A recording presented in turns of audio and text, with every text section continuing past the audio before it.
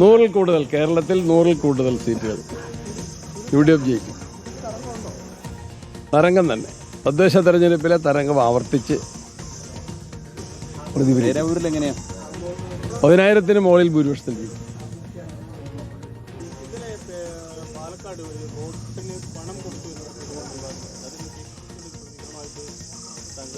ഞാൻ ഇന്നലെ കൊടുത്തിട്ടുണ്ട്, പേപ്പറിലുണ്ടല്ലോ. എന്താ പറയാനുള്ളത്? അത് നമുക്കറിയാലോ, ജനാധിപത്യത്തെ കശാപ്പ് ചെയ്യാനുള്ള ശ്രമം പണാധിപത്യമായിട്ട് അത് മാറാൻ പാടില്ല. അത് കർശനമായിട്ട് അതിനെതിരെ നിയമ നടപടികൾ സ്വീകരിക്കും. കണ്ണൂര് ഭൂരിപക്ഷ സീറ്റാണ്, 11 സീറ്റ്. അത് അത്രയും പറയുമോ? ഞാൻ പറയുമോ? വലിയ ആത്മവിശ്വാസമാണ് KPCC അധ്യക്ഷൻ സണ്ണി ജോസഫും ഇപ്പോൾ പ്രകടമാക്കുന്നത്. അപ്പോൾ പ്രിയപ്പെട്ട പ്രേക്ഷകരെ, ആവേശകരമായ കലാശക്കുട്ട് ഇന്നലെ കണ്ടതാണ്. കലാശക്കുട്ടിൻ്റെ ആവേശം ഇപ്പോൾ പോളിംഗ് ബൂത്തിലും പ്രതിഫലിക്കുന്നതായിട്ടാണ് നമുക്ക് ദൃശ്യങ്ങളിൽ നിന്ന് മനസ്സിലാവുന്നത്. 140 മണ്ഡലങ്ങളിലെ വോട്ടർമാർ വോട്ടിംഗ് മെഷീനിൽ വിരലമർത്തി തുടങ്ങിയിരിക്കുന്നു. പ്രിയപ്പെട്ടവരെ, പോളിംഗ് ബൂത്തുകളിൽ നല്ല ക്യൂ ഉണ്ട്. നടൻ മോഹൻലാൽ കുറച്ച് നേരമായി തന്നെ കാത്തു നിൽക്കുകയാണ്. ഏകദേശം 15 മിനിറ്റായി നടൻ മോഹൻലാൽ ക്യൂവിൽ നിൽക്കാൻ തുടങ്ങിയിട്ട്. നമുക്ക് ആ ഫ്രെയിം, മോഹൻലാലിൻ്റെ ഫ്രെയിം ഒന്ന് ഒരിക്കൽ കൂടി പ്രേക്ഷകരെ ഒന്ന് കാണിക്കാം. കാത്തിരിപ്പാണ്. താരങ്ങളുണ്ട്, സ്ഥാനാർത്ഥികളുണ്ട്, നേതാക്കളുണ്ട്. ഈ ഫ്രെയിമുകളെല്ലാം വളരെ പ്രധാനപ്പെട്ട ഫ്രെയിമുകൾ കൂടിയാണ്. BJP സംസ്ഥാന അധ്യക്ഷൻ രാജീവ് ചന്ദ്രശേഖരൻ്റെ ദൃശ്യങ്ങളും പ്രേക്ഷകർക്ക് കാണാം. നടൻ മോഹൻലാൽ ഇപ്പോൾ ക്യൂവിൽ നിൽക്കുന്നതിൻ്റെ ദൃശ്യങ്ങളാണ് പ്രേക്ഷകർ ഇപ്പോൾ കാണുന്നത്. തത്സമയ ദൃശ്യങ്ങൾ, തിരുവനന്തപുരത്തെ ദൃശ്യങ്ങൾ, പാലക്കാട്ടിൽ നിന്നും രമേശ് പിഷാരടിയുടെ ദൃശ്യങ്ങൾ, ബേപ്പൂരിൽ നിന്നും റിയാസ്, ഒപ്പം തന്നെ വോട്ട് രേഖപ്പെടുത്തിയതിനു ശേഷം ലീഗ് നേതാക്കൾ നിൽക്കുന്നതിൻ്റെ ദൃശ്യങ്ങളും പ്രേക്ഷകർക്ക് കാണാം. ഇപ്പോൾ വിവിധ ഇടങ്ങളിൽ നിന്നായി ബൂത്തുകളിൽ നിൽക്കുന്നു. ഇപ്പോൾ തിരുവനന്തപുരത്ത് നമുക്ക് സുനിഷയെ ഒരിക്കൽ കൂടി ഒന്ന് കണക്ട് ചെയ്താൽ, നടൻ മോഹൻലാൽ വോട്ട് രേഖപ്പെടുത്താനായിട്ട് പോളിംഗ് ബൂത്തിന് മുന്നിൽ ക്യൂ നിൽക്കാൻ തുടങ്ങിയിട്ട് ഏകദേശം 15 മിനിറ്റ് കഴിഞ്ഞിരിക്കുന്നു. അതിനു മുൻപ് തന്നെ വന്ന് നിലയുറപ്പിച്ചിരിക്കുന്ന താരങ്ങളുണ്ട്, സാധാരണക്കാരായിട്ടുള്ള വോട്ടർമാരുണ്ട്. ആ വോട്ടർമാരാണ് യഥാർത്ഥത്തിൽ ഇന്നത്തെ ഒരു ദിവസത്തെ ഏക് ദിൻ കാ സുൽത്താൻ എന്ന് പറയും, ഒരു ദിവസത്തെ രാജാക്കന്മാർ എന്നുള്ളതാണ് പഴയകാലത്ത് നമ്മൾ ജനാധിപത്യത്തെക്കുറിച്ച് പറയുക. ഇനി 5 വർഷത്തേക്ക് നമ്മളെ ഭരിക്കേണ്ടവരാരെന്ന് തീരുമാനിക്കുന്ന സുപ്രധാനമായ തിരഞ്ഞെടുപ്പാണ്. നമ്മളുടെ നാടിനെ നന്നായി മുന്നോട്ട് കൊണ്ടുപോകാൻ കഴിയുന്നവർക്ക് വോട്ട് രേഖപ്പെടുത്തുക എന്നുള്ളത്. സുനീഷ, ഏകദേശം 15 മിനിറ്റായി നടൻ മോഹൻലാൽ ക്യൂവിൽ നിൽക്കാൻ തുടങ്ങിയിട്ട്. മുൻപിൽ ഇനിയും വോട്ടർമാരുണ്ടോ?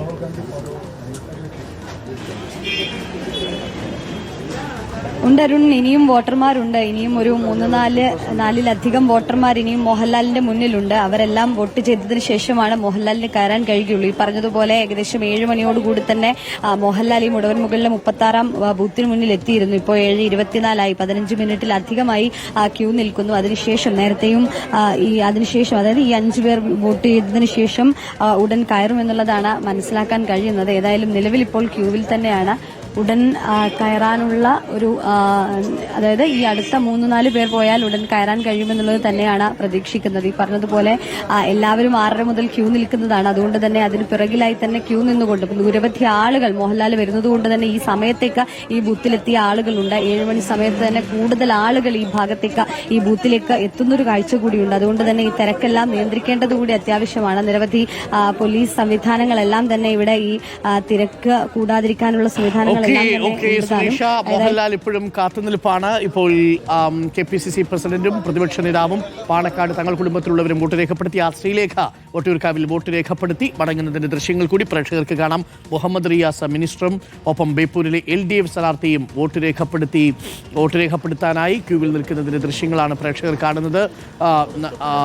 രമേശ് പിഷാരടി, പാലക്കാട്ടെ UDF സ്ഥാനാർത്ഥി, കൊടുമ്പിരി കൊണ്ട പ്രചരണത്തിനൊടുവിൽ ഇപ്പോൾ വോട്ട് രേഖപ്പെടുത്താനായി നിൽക്കുന്നതിൻ്റെ ദൃശ്യങ്ങളും പ്രേക്ഷകർക്ക് കാണാവുന്നതാണ്.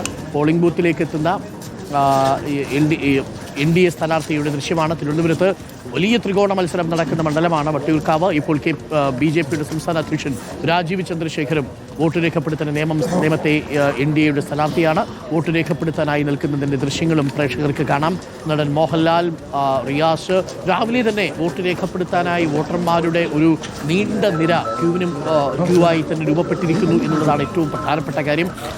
മനോഹരമായ ദൃശ്യങ്ങളാണ്. കാരണം ജനാധിപത്യത്തിൻ്റെ ഈ ഉത്സവത്തിൽ പങ്കെടുക്കാൻ അത്യാവേശത്തോടു കൂടി വോട്ടർമാർ എത്തുന്നു എന്നുള്ളതാണ് ഏറ്റവും പ്രധാനപ്പെട്ട കാര്യം.